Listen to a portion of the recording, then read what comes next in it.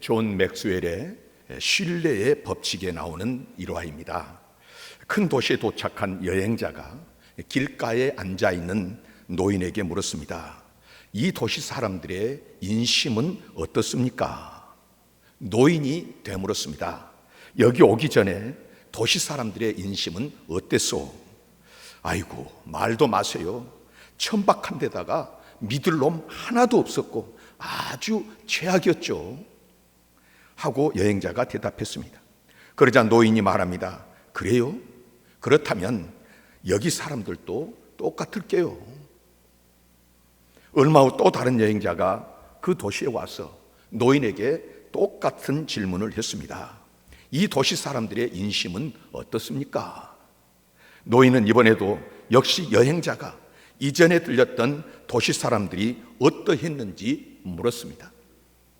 여행자가 답했습니다. 정말 좋았습니다. 정직하고 성실하면서도 너그러운 사람들이었죠. 그곳을 떠나올 때 정말 떠나오기가 아쉬웠고 힘들었답니다. 노인은 답합니다. 아마 여기도 그럴 거라고.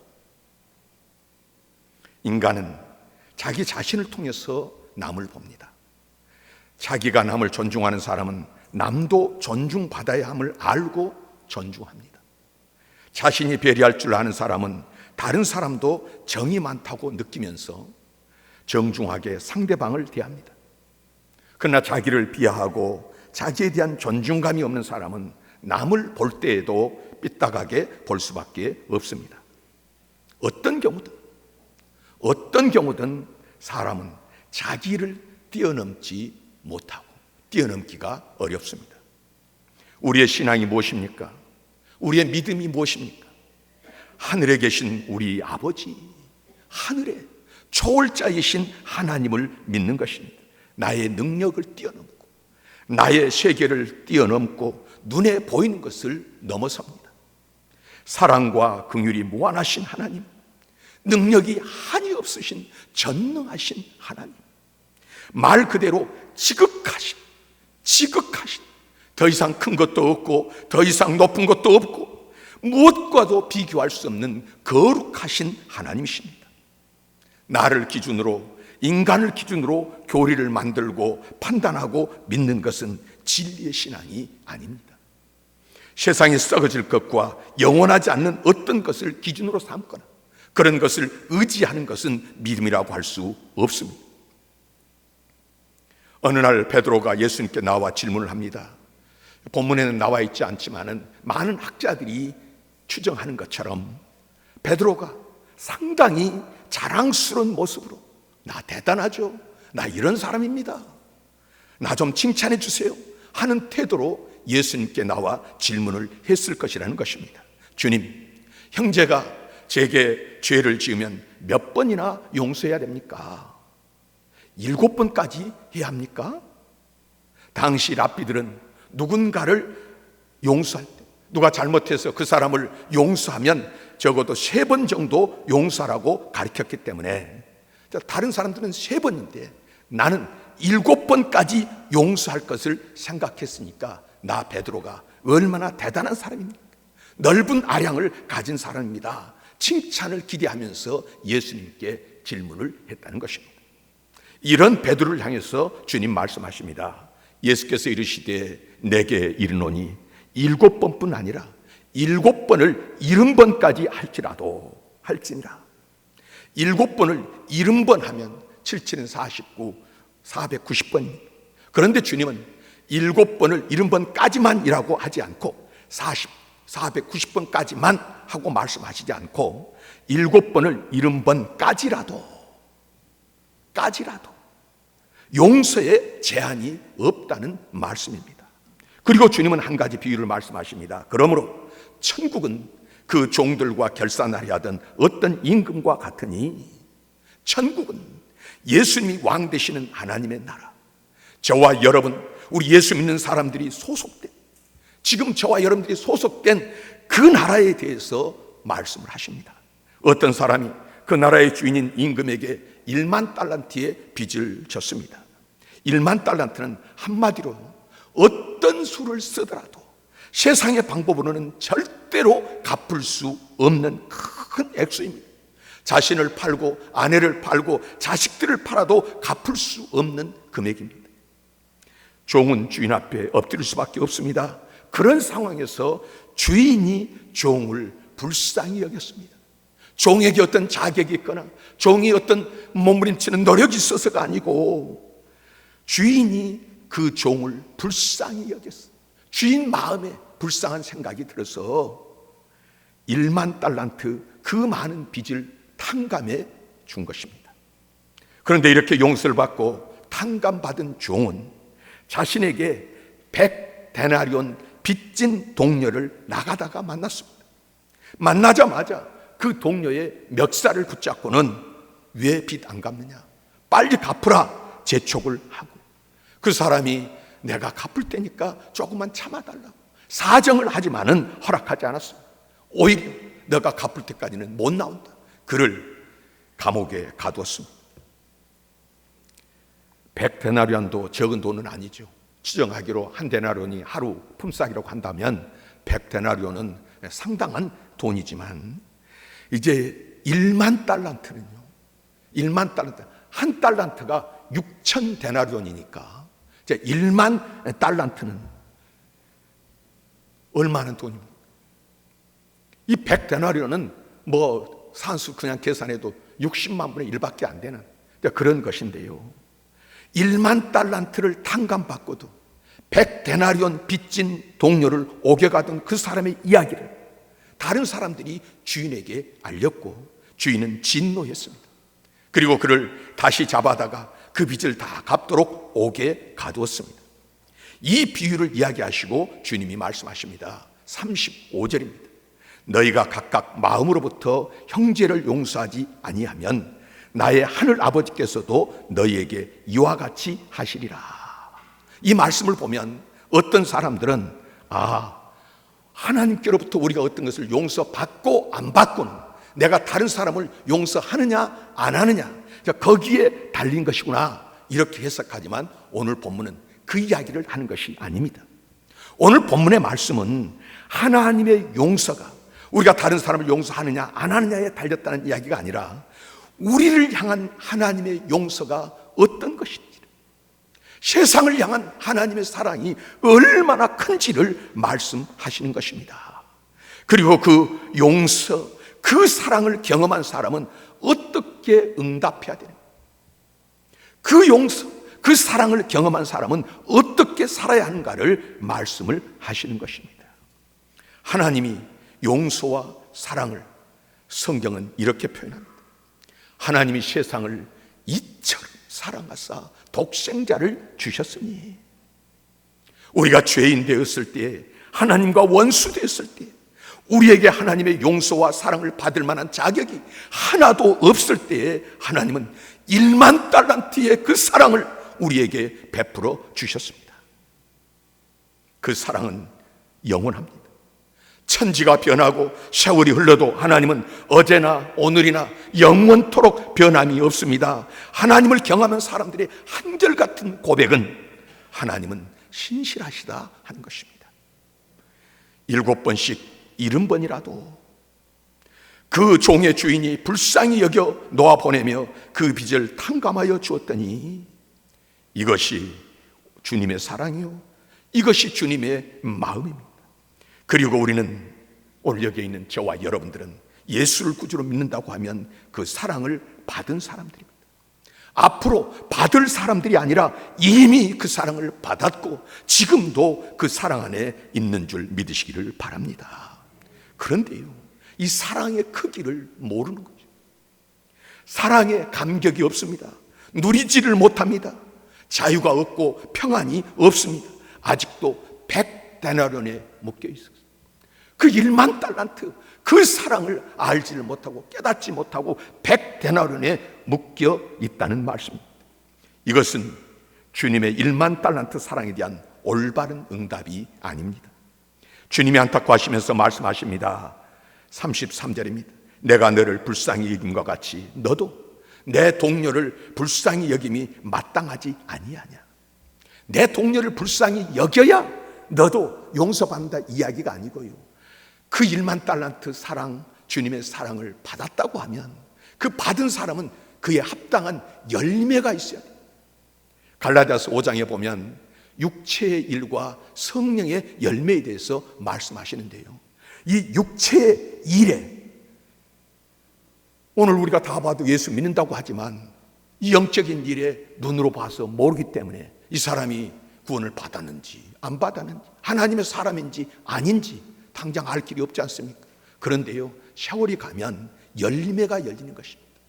열매가 열리는데 성령의 열매라고 할 때 이 성령의 열매도 하루아침에 열매는 열리는 것이 아니지 않습니까? 시간을 두고 예수를 믿고 시작했는데 처음에는 무슨 열매가 있습니까? 어린 싹이고 비바람이 불면 넘어지고 부러지고. 그런데요, 세월이 가면 이제는 점점 열매가 맺혀지는데, 그래서 성령의 사람이 되면 사랑과 희락과 화평과 자비와 양성과 온유와 절제와 인내, 충성, 이런 열매들이 그 삶 속에 열려지면 아하, 1만 달란트 사랑을 받은 사람으로 응답하며 살고 있구나. 그런데 이 100데나리온 용서 못한 사람은 여전히 육체 아래 있어서 우상 숭배, 주술, 원수 맺는 것, 분쟁, 시기, 분냄, 당짓는 것, 투기, 술 취함, 방탕함, 이런 열매가 지속적으로 그 삶 속에 있다는 말씀인데, 오늘 내가 너를 불쌍히 여김같이 너도 내 동료를 불쌍히 여겨 마땅하지 아니하냐, 그래서 용서가 없다가 아니고 너는 이 사랑, 1만 달란트 사랑을 받지를 못해, 그걸 믿음으로 받지를 못했구나, 열매가 없다는 말입니다. 스티븐 농구가 쓴 예수를 업고 가는 아프리카 당나귀에 나오는 한 흑인 소년의 이야기입니다. 빈민촌에서 태어나 백인들 집 쓰레기통을 뒤져서 하루하루 살아가는 소년이었습니다. 어느 날 이 백인 선교사 부인이 그에게 청소 일을 시켰습니다. 그런데 흑인 소년이 볼 때 자기가 살던 움막집에 비해서 선교사의 집은 너무너무 깨끗해요. 청소할 것이 없었습니다. 청소할 것이 없었습니다. 그래서 종일 놀다가 집에 갔습니다. 다음 날도 와서 이렇게 깨끗한 집에 무슨 청소할 것이 있느냐, 또 놀았습니다. 그렇게 며칠을 보내다가 결국 쫓겨났습니다. 그런데 이 소년은 자신이 무엇을 잘못했는지 이해할 수가 없었습니다. 자기 보기에는 그 집이 너무나 깨끗해서 청소할 것이 없었는데 나는 왜 쫓겨나느냐 하는 것입니다. 그러나 선교사 부인의 눈에는 한없이 더러워 보였습니다. 인간의 최대 약점 중에 하나가 바로 이것입니다. 성경을 통해서 주님은 바로 이런 상황을, 사람의 행위가 자기 보기에는 다 깨끗해 보여도 여호와께서는 그 마음을 꿰뚫어 보신다. 잠언 16장 2절 말씀입니다. 사람의 행위가 다 자기 눈에는 옳게 보이지만 그 마음은 여호와께서 살피신다. 잠언 21장 2절 말씀입니다. 사람들은 모두 자기가 옳은 줄 알고 옳다고 주장합니다. 지역적으로 옳다고 주장하고 계층별로 옳다고 주장하고 사상적으로 자기가 옳다고 주장을, 그리고 그 시각으로, 그 마음으로, 그 생각으로 나를 보고 세상을 보고 성경도 그 시각으로 보고 주님도 그렇게 보며 살아갑니다. 예수님 말씀하십니다. 너희가 본다고 하니 맹인이다. 자기 생각으로 사는 사람은 맹인입니다. 그가 누구를 가르친다면 그것은 맹인이 맹인을 인도하는 것이고요, 맹인이 맹인을 인도하면 그 종착역이 어디겠습니까? 분명히 쓰러지고 넘어지고 깨지고 구덩이에 빠지고, 그러다가 어떻게 해요? 그 100데나리온 그것만 보기 때문에 그는 맹인이 되어서 결국은 어두운 곳에서 한탄하며 일을 갈 수밖에 없는 곳에 이르는 것입니다. 주님은 우리의 눈이 열리기를 원하십니다. 어떻게 열려야 합니까? 주님의 그 크신 사랑을 알기를 원하십니다. 그 크신 하나님의 능력을 바로 알기를 원하십니다. 내 크기로 판단하는 것이 아니라 예수님을 통해서 계시하신 그 사랑, 그 용서, 그 능력을 알고 누리면서 감격하며 살기를 원하시는 것입니다. 기쁨으로 살기를 원하시는 것입니다. 평강 가운데 살기를 원하시는 것입니다. 주님께서 사용하신 말씀 중에 하물며 하는 단어가 있습니다. 하물며 하늘에 계신 너희 아버지일까 보냐. 그렇죠? 하물며 하늘에 계신 너희 아버지일까 보냐. 자녀들이 때로 잘못하고 실수할 때에, 어려워하고 아파할 때에, 때로 실패할 때에도 엄마 아빠 마음은 어떻습니까? 비난하는 마음보다도 아픈 마음이 먼저 생깁니다. 어떻게 하든지 책망을 하고 야단을 쳐서 박살내겠다는 것이 아닙니다. 책망하고 야단을 쳐도 그것은 부모의 본래 마음이 아닙니다. 저희 선교회 출판사에서 나온 정혜성 목사님이 쓴 아버지 이제는 사랑한다고 말할 수 있어요 하는 책 내용의 일부분입니다. 지금은 아버지와의 관계가 회복되었지만 몇 년 전만 해도 아버지에 대한 기억을 떠올리면 어려서부터 무수히 맞았던 기억밖에 없다.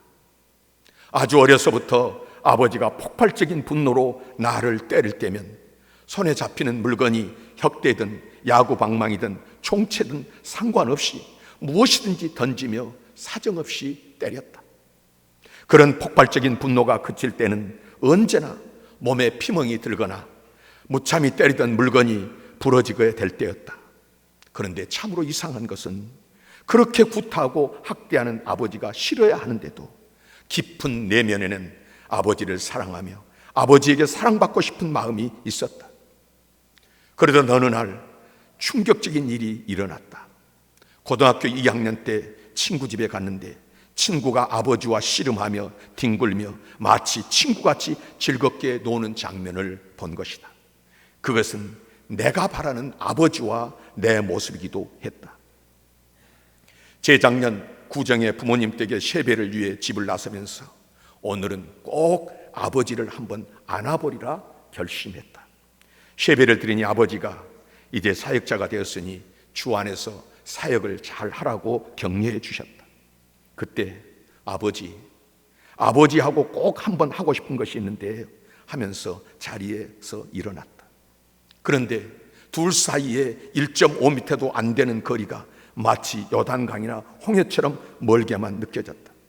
하지만 오늘 못하면 진정 후회하리라는 생각에 굳은 다짐과 용기를 내서 아버지께 다가가 무릎을 꿇고 꼭 껴안았다. 아버지, 사랑하고 감사해요 하고 울면서 말하고 아버지 품에 안겼다. 그때 하염없이 울고 계시는 아버지를 보았다.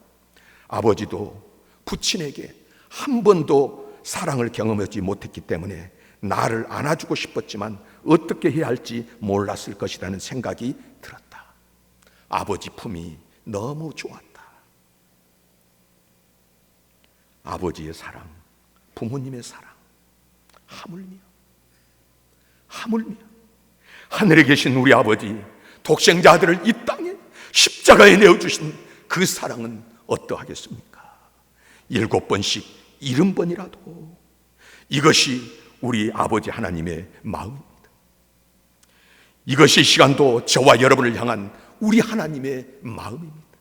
우리가 실패할 때도요, 우리가 실수할 때도요, 우리가 넘어졌을 때도요, 세상에 의지할 수 없어서 방황할 때도요, 그 아버지는 나를 버리지 않고 그 변함없는 사랑으로 우리를 붙잡아 주시고 지지해 주시고 이렇게 세워 주시고 어루만져 주시고 치료해 주시고 살려 주시는 것입니다.